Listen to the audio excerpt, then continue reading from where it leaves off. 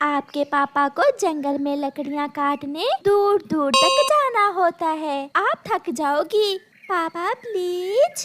पहले वादा करो, मुझे तंग तो नहीं करोगी। पापा प्रॉमिस, मैं आपको तंग नहीं करूँगी। फिर गुड़िया के पापा गुड़िया को अपने साथ ले जाता है। घने जंगल में जाकर गुड़िया का पापा गुड़िया को एक जगह बिठा देता है। आप यहीं बैठना जब तक मैं वापस न आ जाऊं। आपने यहाँ से कहीं इधर उधर नहीं जाना। ठीक है पापा, आप जाइए। फिर गुड़िया के पापा अपना कुल्हाड़ा लिए थोड़ी दूर जाकर लकड़ियाँ काटने लगता है। अकेली छोटी चिड़िया, इसे किडनैप करना बहुत आसान होगा। मैं इसे पकड़ लेता हूँ। दुष्ट कौवा ऐसे सोचते हुए गुड़िया से थोड़ी दूर एक पेड़ के पीछे से अपना सर बाहर निकालकर गुड़िया को इशारा करता है, मगर गुड़िया चुप करके उसकी तरफ देखे जा रही थी। फिर कालू कौवा उल्टी सीधी कलाबाजियाँ लगाकर छोटी बच्ची को अपनी तरफ आकर्षित करता है। कालू कौवे को ऐसा करता देख गुड़िया हंसने लग जाती है और आहिस्ता आहिस्ता उसकी तरफ जाने लगती है। आप कैसे कर रहे हैं ऐसा? आपको भी सीखना है, मैं सिखा दूंगा आपको। मैं सब सिखा दूंगा, चलो मेरे साथ चलो। कुछ सोचे बिना छोटी गुड़िया कालू कौवे के साथ चल देती है। वो ये भी भूल जाती है कि उसके पापा ने उसे कहीं भी इधर उधर जाने से मना किया था। थोड़ी देर बाद जब गुड़िया के पापा लकड़ियाँ काट कर वापिस आते हैं तो गुड़िया को वहाँ ना देखकर आवाज देते हैं। गुड़िया गुड़िया, मेरी बेटी कहाँ हो? आप कहाँ चली गई हो? पापा चिड़िया पहले तो इतना परेशान ना था। वो अपनी बेटी को इधर उधर देखता, मगर उसे कहीं भी गुड़िया नजर नहीं आती। अब पापा चिड़िया की चिंता बढ़ने लगी थी और वो रोने लग जाता है। मैंने बड़ी गलती की जो अपनी बेटी को साथ लेकर आया। मेरी गुड़िया कहीं खो गई है। मैं घर जाकर उसकी मम्मा से क्या कहूँगा? फिर शाम तक गुड़िया को ढूंढने के बाद पापा चिड़िया निराश होकर घर वापस चला जाता है। कालू कौवे ने अपने घर जाकर गुड़िया को एक टोकरी के नीचे बंद कर दिया था। अंकल छोड़े मुझे छोड़ दे, मुझे घर जाना है। चुप कर जा छोटी चिड़िया, अगर ज्यादा चूं चूं की तो जबान काट दूंगी मैं तुम्हारी। मैं कल सुबह इस छोटी चिड़िया को शहर जाकर बेच आऊंगा। अच्छे पैसे मिलेंगे इस चिड़िया के। ये सुनकर गुड़िया और भी डर जाती है और वो जोरों से रोने लगती है।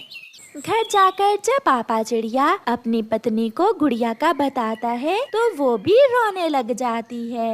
आप चले, हम फिर से गुड़िया को जंगल में देख कर आते हैं। आपने अच्छे से नहीं देखा होगा, मेरी गुड़िया वहीं कहीं इधर उधर खेल रही होगी।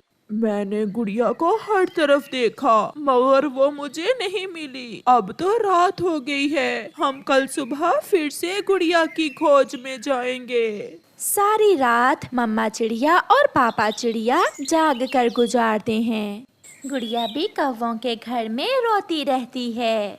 सुबह हो जाती है। गोरी चलो अब इसे लेकर शहर जाते हैं। मगर इसे छुपाएंगे कैसे? अगर किसी ने देख लिया तो पकड़े जाएंगे। हम इसे एक बोरी में बंद कर लेते हैं, ऐसे किसी को पता ही नहीं चलेगा। फिर गोरी और कालू गुड़िया को एक बोरी में बंद करके शहर की तरफ उड़ते हैं। रास्ते में उन्हें कबूतर मिल जाता है। रुको रुको कालू रुको, क्या बात है कबूतर? यार कल शाम से रानो चिड़िया की बेटी कहीं खो गई है। अगर कहीं नजर आए तो जरूर बताना। हमें क्या पता, हम तो दूसरे जंगल जा रहे हैं। कबूतर ध्यान से बोरी को देख रहा था जो अंदर से हिल रही थी। इस बोरी में क्या है? इसमें चावल है। मैं अपनी माँ के लिए चावल लेकर जा रही हूँ। कौवे वहाँ से चले जाते हैं। कुछ तो गड़बड़ है, मुझे जल्दी से जाकर चिड़िया को सब बताना होगा। कबूतर भागता हुआ चिड़िया के पास जाता है। हमें जाना होगा। आप कौवों के पीछे शहर जाएं और मैं गोरी की माँ के घर जाता हूँ। हमें उन्हें पकड़ना होगा। मुझे उन पर शक है। कबूतर भैया, हम अभी शहर जाते हैं। क्या आपने वो बोरी हिलती हुई देखी थी? मुझे पूरा विश्वास तो नहीं है, मगर फिर भी हमें उनका पीछा करना होगा। फिर कबूतर गोरी की माँ वाले जंगल, मम्मा चिड़िया और पापा चिड़िया शहर की तरफ चले जाते हैं। कबूतर बहुत तेजी से उड़ता हुआ गोरी की माँ के पास पहुँच जाता है। क्या आप गोरी कवि की माँ हैं? हाँ कबूतर, क्या शक है तुम्हें कोई? नहीं नहीं माँ जी, मैं पूछने आया था कि गोरी यहाँ तो नहीं आई क्या? नहीं नहीं कबूतर, गोरी तो अभी 2 दिन पहले ही मुझसे मिलकर गई है। गोरी का पहला झूठ पकड़ा गया है। इसका मतलब गुड़िया उसी के पास है। मम्मा चिड़िया और पापा चिड़िया भी बहुत तेज उड़ते हैं। कबूतर भी वहाँ से शहर की तरफ जाता है। उल्लू जी, शिकार अच्छा लाया हूँ, देखोगे तो खुश हो जाओगे। क्या कोई बिल्ली का बच्चा लाए हो क्या? नहीं, चिड़िया का बच्चा है और वो भी बेटी। अच्छा, फिर तो तुम्हें पूरे 500 रुपए मिलेंगे। लाओ लाओ, अब जल्दी से मेरा माल मुझे दे दो।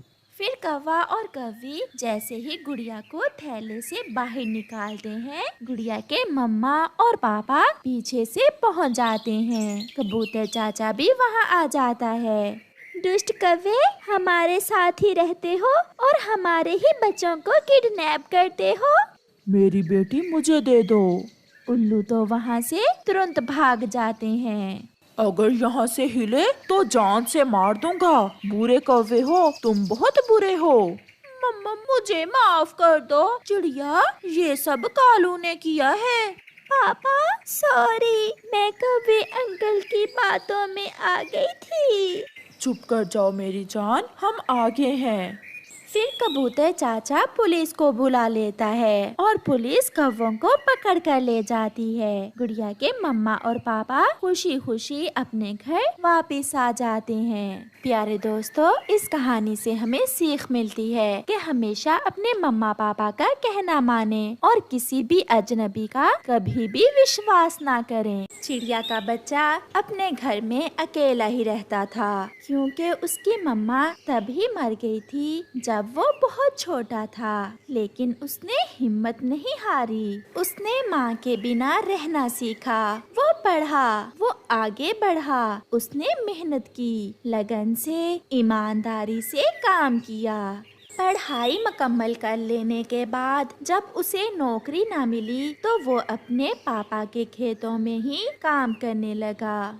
माँ मैं आ गया माँ। सॉरी, आज मैं थोड़ा देर से आया। वो ऐसा है ना कि आज मुझे तोते अंकल के पास जाना पड़ा। वो बीमार थे, मैंने उन्हें दवा ला कर दी। मुझे बहुत खुशी हुई क्योंकि कुकू हर रोज शाम को उस बेरी के पेड़ के पास आता। ये वो जगह थी जहाँ उसकी मम्मा को जालिम शिकारी ने मारा था। वो हर रोज शाम के समय वहाँ आकर घंटों बातें करता। शायद ऐसा करने से उसका दुख थोड़ा कम हो जाता था। अब मैं चलता हूँ माँ, क्योंकि कल मुझे जल्दी उठकर खेतों में काम के लिए जाना है। फिर रोते हुए वो चिड़िया का बच्चा अपने घर चला जाता है।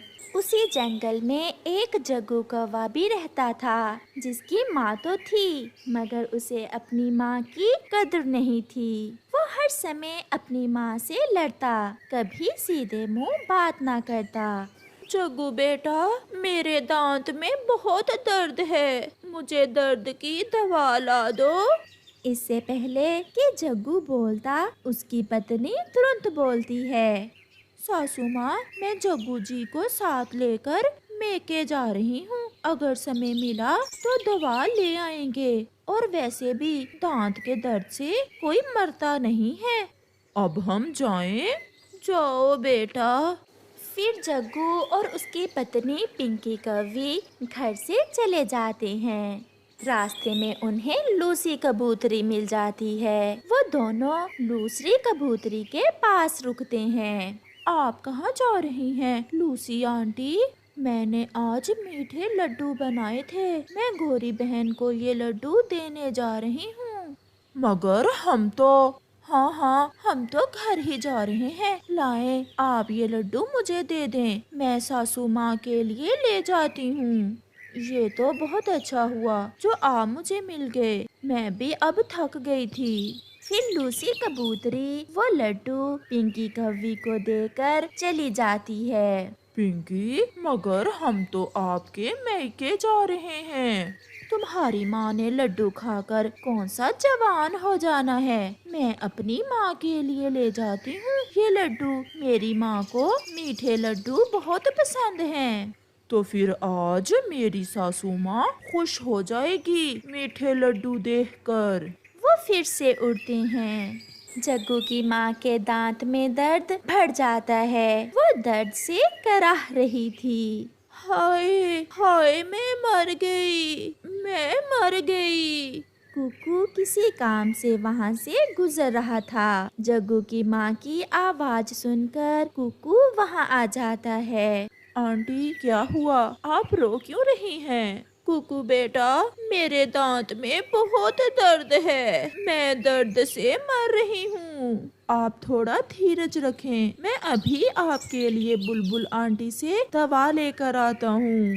ऊपर वाला सबको आप जैसा बेटा दे। फिर कुकू वहाँ से चला जाता है। वो सीधा बुलबुल के पास जाता है और बुलबुल से दांत दर्द की दवा लेता है।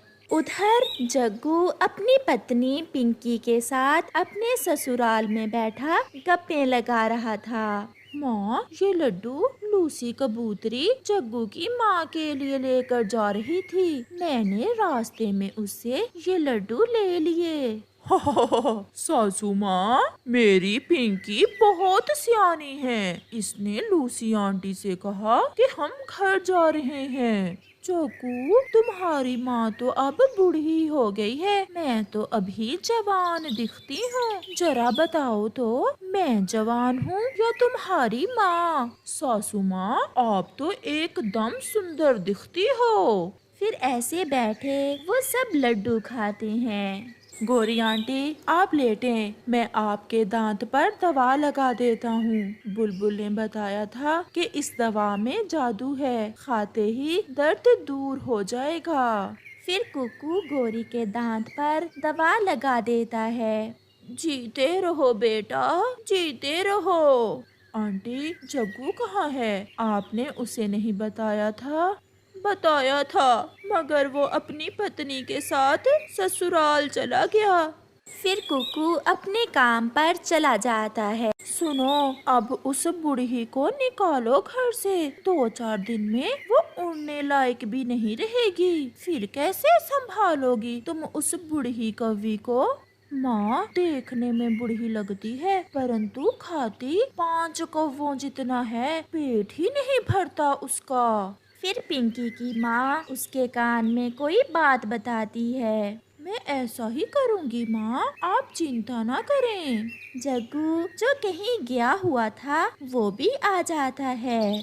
चले पिंकी, अब तो शाम होने वाली है। रास्ते से माँ के लिए दांत के दर्द की दवा भी लेनी है। कोई जरूरत नहीं, सीधे घर जाना। दांत का दर्द कुछ देर बाद खुद ही ठीक हो जाता है। फिर जग्गू और पिंकी वापस घर के लिए उड़ते हैं।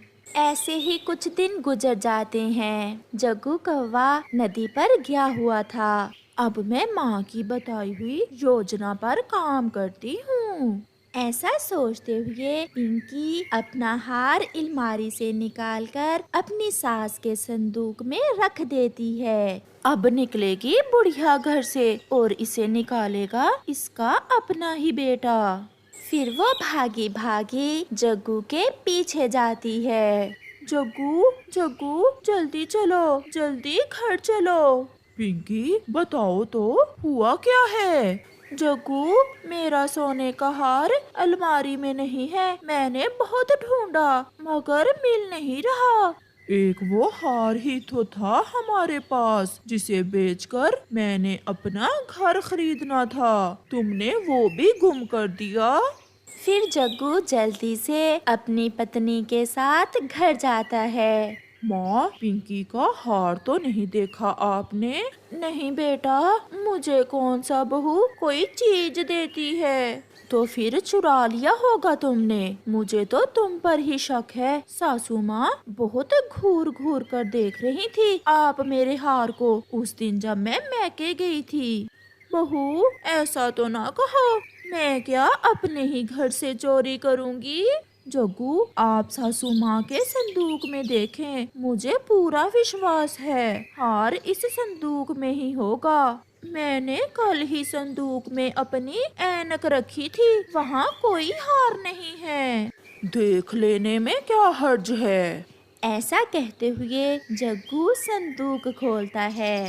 मिल गया, मिल गया पिंकी, तुम्हारा हार मिल गया। जग्गू जी, मैं आपके साथ गुजारा करना बहुत मुश्किल है। अब यहाँ मैं रहूँगी या आप? ऐसा नहीं हो सकता बहू, मैंने कोई चोरी नहीं की। फिर संदूक में वो हार कैसे आया? जग्गू जी, मैं अपने मैके जा रही हूँ। जिस दिन सासू माँ को घर से निकाल दोगे, मैं वापस आ जाऊंगी। पिंकी, ऐसा ना करें, मेरी तरफ देखें, इसमें मेरा क्या कसूर है? माँ, आपने भी आज हद ही कर दी। मैं सोचता था कि पिंकी आपके ऐसे ही खिलाफ है। आज देख लिया अपनी आँखों से। बहू खुश रहो। और बेटा जग्गू, मैं जा रही हूँ। जग्गू खामोश था जब उसकी माँ अपना कुछ सामान लेकर घर से निकल जाती है। वो उड़ती हुई थक जाती है और बेरी के पेड़ पर बैठ जाती है। माँ, आज पूरा 1 साल बीत गया, परंतु आज भी मुझे ऐसा ही लगता है कि आप हर समय मेरे साथ हो। इस बार चावल की फसल भी अच्छी हुई है। माँ, कल मैं आपके लिए चावल बना कर लाऊंगा। गोरी ऊपर बेरी के पेड़ पर बैठी ये सब सुन रही थी। मुझे अपने घर ले जाओ बेटा, आज से मैं आपकी माँ हूँ। मुझे मेरे बेटे जग्गू ने घर से निकाल दिया है। आंटी, ये जिंदगी भी अजीब है। कोई माँ के लिए रोता है तो किसी को माँ की कदर नहीं है। आंटी नहीं, माँ। बेटा माँ कहो मुझे। फिर कुकू गोरी को अपने साथ अपने घर माँ बनाकर ले जाता है। अब ये तो समय ही बताएगा कि पिंकी की अपनी बहू उसके साथ कैसा